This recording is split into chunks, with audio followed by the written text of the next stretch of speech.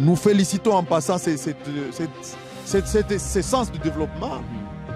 Et nous pensons que s'ils pouvaient transformer ces efforts de développement dans les efforts militaires, les efforts de guerre, on pourrait peut-être aujourd'hui libérer même Bunagana. Si c'est ces forces-là que le gouverneur met dans la construction des routes et autres, aujourd'hui, tout Bunagana, tout Rutshuru, Kibirizi serait déjà récupéré.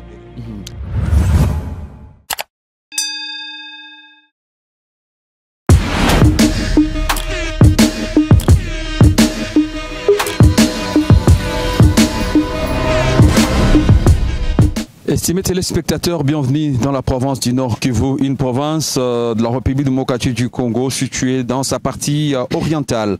Nous nous retrouvons dans cette émission pour évaluer ensemble les 3 ans depuis la promulgation de l'état de siège par le président de la République, Félix-Antoine Tshisekedi. Et qu'est-ce qui a changé 3 ans après cette décision qui était censée apporter la paix au Nord Kivu, voire même imposer cette sécurité longtemps recherchée?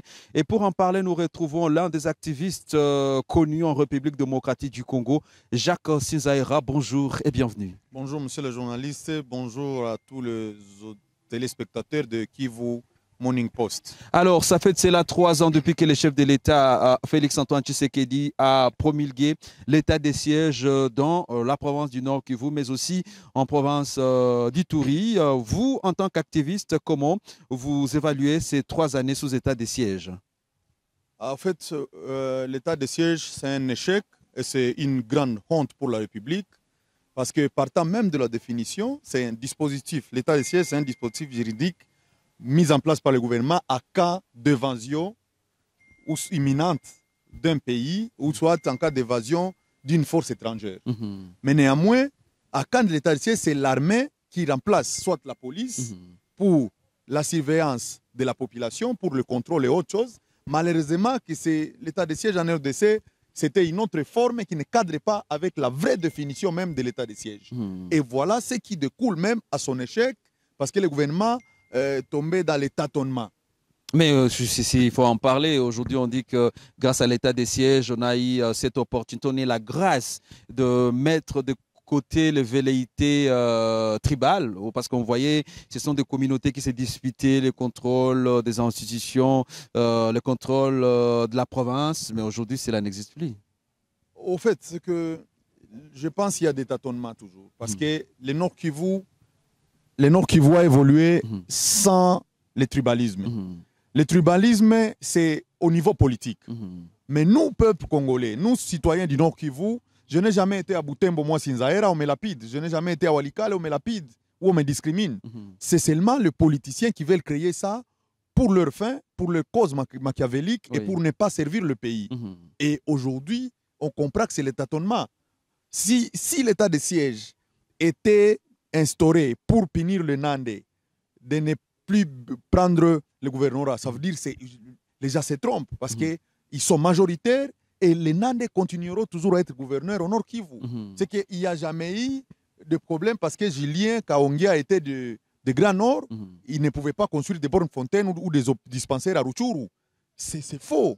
Il y a eu d'ailleurs dans les Massissi plusieurs réalisations du gouvernement Kaongia. Comment les gens peuvent parler du tribalisme et pourtant le tribalisme n'existe qu'au niveau politique et ces politiciens qui ne veulent que souffrir la population et mettre l'économie du pays en péril. Alors, si sur le plan sécuritaire, la situation semble ne pas évoluer, mais sur le plan infrastructurel, quand même, on a vu les autorités de l'état de siège, à savoir Ndima Constant, mais aussi Chirimwami, construire des routes, aménager des pavés dans des quartiers. Ce ne sont pas des résultats qu'il faut louer ou saluer. Mais moi, je crois que c'est comme si on demandait à un planteur de vignes de nous récolter, de nous planter de vignes pour nous fabriquer du vin. Et il nous amène le vigne, et dans le vigne, il commence à planter des maniocs pour nous faire la farine. Ça, c'est du tâtonnement. L'état de siège, selon sa définition, nulle part on dit que le gouverneur militaire viendra construire des routes. Jamais. S'il en a fait, il a fait la continuation de ce qu'il y avait. Mais on attendait l'avancée sécuritaire en province. Mais aujourd'hui, Quand je dis l'état de siège, c'est un échec, c'est un tâtonnement, parce que les militaires qui étaient incapables de libérer Rutshuru, ils ont ouvert un couloir jusqu'à ce que les M23 ont atteint Kichanga. Jusqu'aujourd'hui, les M23 sont ne parlons même pas, ils sont dans les massifs si profonds. Est-ce qu'il faudra-t-il parler que les gouverneurs militaires étaient venus pour construire des routes? La réponse est non. Les gouverneurs militaires étaient venus pour des questions liées à la sécurité. On instaure l'état de siège à cas d'évasion d'une force étrangère. Et comme les Rwandais avaient agressé la RDC, c'est à ce niveau-là que le gouvernement avait jugé mieux d'instaurer l'état de siège au Nord Kivu et à Ituri. Chose aujourd'hui qui n'est pas faite. Les gouverneurs militaires sont devenus maintenant experts en génie civil. Ils construisent des routes, ils nous construisent des pavés, mais ce n'est pas ça le problème. On voulait voir un gouverneur militaire donner le plan de guerre pour que la paix revienne à Rutshuru, la paix revienne à Masisi, pour que Masisi et Rutshuru soient libérés totalement. Mais au lieu de nous faire des tâtonnements. Mais certaines personnes disent aujourd'hui, si encore il y a des entités qui ne sont pas encore passées sous contrôle des terroristes d'il y a 23, c'est grâce à l'état des sièges. Si on a Kanyabayonga qui n'est pas encore occupé, c'est grâce à l'état des sièges. Si on a par exemple le Walikale qui n'est pas occupé, c'est grâce à l'état des sièges. Si certaines entités comme le Mufuni, Shanga résistent, c'est grâce à l'état des sièges. Je ne sais pas quel commentaire vous placez là-dessus. Moi je crois, je le dis et je le dis toujours, l'état des sièges c'est un échec total.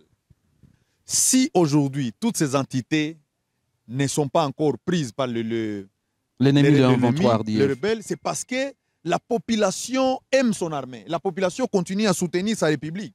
Parce qu'on ne gagne pas une guerre sans accompagnement de la population. Mais le jour que la population lâchera, eh bien, l'infiltré entendra. Mais il n'y a rien ce que l'état de siège a fait. L'état de siège est arrivé, l'ennemi était à Tchenguerero. Mais de Tchenguerero jusqu'à Pinga, de Tchenguerero jusqu'à Rubaya, est-ce qu'on peut dire que, que l'état de siège a réussi ou l'état de siège, c'est un échec puissant? Vous pensez que c'était une mesure prise pour ne pas penser au préalable? Évidemment, tout ça. Mais jusque-là, il n'y a pas une loi qui statue sur l'état de siège. Parce que tout ce que le gouvernement fait aujourd'hui, c'est le tâtonnement et le gouvernement ne veut pas sortir de cette honte. Et voilà, aujourd'hui, la population du Nord Kivu ne demande que la fin de l'état de siège. Parce que l'état de siège n'était pas venu pour construire des routes.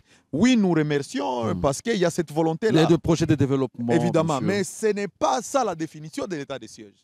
L'état de siège aujourd'hui chez nous, c'est un échec et ça va marquer une histoire sombre de la République. Sombre pourquoi? Parce que des militaires défaillants n'ont pas si protégé la population, n'ont pas pu protéger le territoire national. Donc pour vous, si on peut comparer la gestion de la province avec des civils et des militaires, qui serait le mieux côté? Mais moi je vous dis, les gouverneurs Karli civils étaient là quand le M23 était au niveau de Tchenguerero.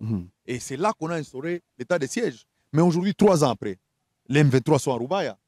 Ça veut dire aujourd'hui, les M23 contrôlent la partie qu'ils contrôlaient à l'époque de la gouvernance civile 4 fois plus grande. Et est-ce qu'on dira que c'est une réussite ou c'est un échec? Le gouverneur militaire n'est pas venu pour construire des pavés. Non, il est venu pour combattre. Maintenant, le problème aujourd'hui avec l'état de siège, parce que les militaires qui ont perdu l'essence patriotique, et ils se mettent aujourd'hui dans le business, c'est ce qui laisse à ce que rien ne marche. J'espère que vous assumez vos propos quand vous parlez des business. Évidemment, en fait, le problème aujourd'hui avec le Congo, il n'y a pas une armée. Le Rwanda est trop petit aujourd'hui. Et la partie aujourd'hui qu'occupe le M23 est plus grande que même le Rwanda. Et comment est-ce que des généraux sont incapables de déloger une armée étrangère? Donc vous remettez même en cause leur formation. Là, si je ne remets pas en cause aucune formation, mais je remets en cause leur patriotisme. Parce que ce qui manque dans cette guerre, ce qui manque dans cette situation, c'est le patriotisme. Voilà pourquoi nous disons que les autorités puissent désarmer d'abord leur cœur. Aimer la patrie, aimer la population et défendre la République. Réfléchissons, peut-être que la mesure ne sera pas levée aujourd'hui ou demain. Si on peut aller jusqu'à 4 à 5 ans, qu'est-ce qui devrait être fait pour que l'état de siège soit bénéfique et que ce soit une mesure productive? En fait, le problème, c'est que les militaires reçoivent des injonctions politiques. Et nous comprenons à un moment, apparemment, les politiques qui nous gèrent au niveau de Kinshasa, ils sont des technocrates et ils sont des amateurs. Ils ne savent rien de la gouvernance. Et les militaires qui se disent qu'ils reçoivent des ordres de Kinshasa sont incapables de prendre des mesures parce que d'un côté, il y a la politique qui est manipulée par la communauté internationale. De l'autre côté, cette communauté internationale elle-même soutient les agresseurs. Et voilà pourquoi aujourd'hui, on ne comprend pas comment est-ce que les M23 sans effectifs, parce que si on évalue, la partie qui est occupée par le M23, elle est plus grande que le Rwanda. Et si je dis, pour que le Rwanda arrive à soutenir le M23, il faut que le Rwanda déverse tous ses militaires pour occuper Bunagana, pour occuper Chengerero, Kiwanja, Katale, Rumangabo, Kanyabnani, Rwindi et partout là-bas. Kibirizi, partout là-bas. Ça veut dire que si aujourd'hui, les militaires, ils se disent l'état de siège n'a pas d'injection politique, n'a pas d'ingérence internationale, je crois bien que si cette guerre se lance des quatre coins, cette guerre ne pourra même pas prendre une semaine. Malheureusement, c'est quand le président est en France, il parle avec Macron et Macron dit non, il faut que le Rwanda retire ses troupes. Ouais. Au lieu de retirer ses troupes, la même nuit-là, le Rwanda commence à attaquer les FARDC et arrive jusqu'à Rubaya. Et ça, c'est quel message que Macron veut nous donner? Ça veut dire qu'à un moment, nos dirigeants doivent se libérer. On ne doit pas rester dans la colonisation impérialiste qui ne produisent rien au Congo et qu'aujourd'hui, c'est nos frères et sœurs qui souffrent dans des cas de déplacés. Donc, même cette rencontre entre Félix et Macron, c'était de la poudre aux yeux, au fait. C'est qu'aujourd'hui, si Macron était sincère avec Félix, pourquoi les M23, au lieu de reculer, ils ont encore avancé jusqu'à Kichanga? Et certaines personnes parlent d'Ngungu. Bon, tout ça, mais comprenez que tout ça, ça entre dans l'échec de l'état de siège. Parce que pour nous, on savait dans les 15 jours, quand on amène un régime militaire, il devrait déjà libérer tout Rutshuru, il devrait déjà libérer tout Massissi. Et aujourd'hui, on y arrive. Mais cette production, l'état de siège aujourd'hui, nous met maintenant dans une situation de Ouazalendo. Ces jeunes-là qui ont aussi manifesté la volonté d'accompagner la République dans cette guerre d'agression. Et aujourd'hui, on a compris que ces jeunes ont perdu aussi l'essence patriotique. Ils sont aussi dans la mafia, ils sont aussi dans les antivaleurs. Et aujourd'hui, maintenant, ça met à mal la coopération civilo-militaire parce que les militaires qui savaient que c'était la population patriote qui devrait les accompagner, et cette même population maintenant commence encore à tracasser la population, soutenir FARDC, c'est déplorable. Mesdames, Messieurs, vous avez donc compris avec nous, c'était un moment d'échange, un moment de décryptage avec Jacques Sinzaira, militant au sein de Amka Congo, qui est l'un des groupes des jeunes en tout cas, qui travaille pour mettre un peu la pression au gouvernement congolais. Nous avons profité de ces temps pour passer en revue les réalisations de l'état des sièges 3 ans après. Peut-on parler d'une réussite ou d'un échec? Jacques Sinzaira a conclu pour lui 3 ans après, on parlerait des... Bon, on parlerait de l'échec, bien sûr. Sur la vraie définition de l'état des sièges. Ouais. Mais sur le plan, je parle peut-être de l'Ituri où la population iturienne jette de fleurs au général Luboya, à Kachama. Ouais. C'est que aucun gouverneur civil n'a pris des initiatives de développement comme l'a fait le gouverneur militaire. Ça, c'est d'un côté. Quand on parle maintenant de la gouvernance, c'est sur ce plan de gouvernance, nous comprenons que le militaire a un sens patriotique de développement qui est les civils. Ouais.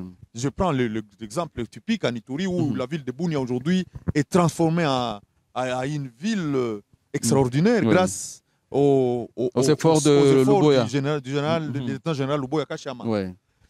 Notre province aujourd'hui, le Nord Kivu, Goma, Beni, Butembo, il y a eu des avancées sur le plan de développement sous état de siège qu'on félicite et qu'on continue toujours à féliciter. Mais néanmoins, la population a besoin de la paix. Nos frères dans les camps de Kanyaruchinya, Lushagala, Ngangi, ils ont besoin de retourner dans leur village paisiblement, cultiver leurs champs et faire autre activité. C'était ça la vraie mission de l'état de siège. Nous félicitons en passant ce sens de développement et nous pensons que s'ils pouvaient transformer ces efforts de développement dans les efforts militaires, les efforts de guerre, on pourrait peut-être aujourd'hui libérer même Bunagana. Si c'est ces forces-là que le gouverneur met dans la construction des routes et autres, aujourd'hui, tout Bunagana, tout Rutshuru, Kibirizi serait déjà récupéré. Mesdames, Messieurs, c'est la fin de ce numéro de décryptage réalisé en direct de la ville de Goma. Merci à tous de l'avoir suivi avec plaisir. Je vous retrouve très prochainement dans un autre numéro sur la même chaîne. Jackson Zaira, merci d'avoir accepté notre invitation. Nous vous remercions. Nous remercions aussi tous les téléspectateurs, tous ceux qui nous suivent du monde entier, des quatre coins du continent. Sachez bien que la situation de la RDC est similaire à la situation de l'Ukraine. Toute l'énergie que la communauté internationale donne pour l'Ukraine, ils doivent aussi les mettre pour la population de l'Est du Congo qui souffre dans les cas. Une mobilisation générale, chers citoyens du monde, venez en aide aussi à la population qui souffre dans les camps de Kanyaruchinya, Lushagala, Boulengo et partout ailleurs au Nord Kivu. Merci et à très bientôt.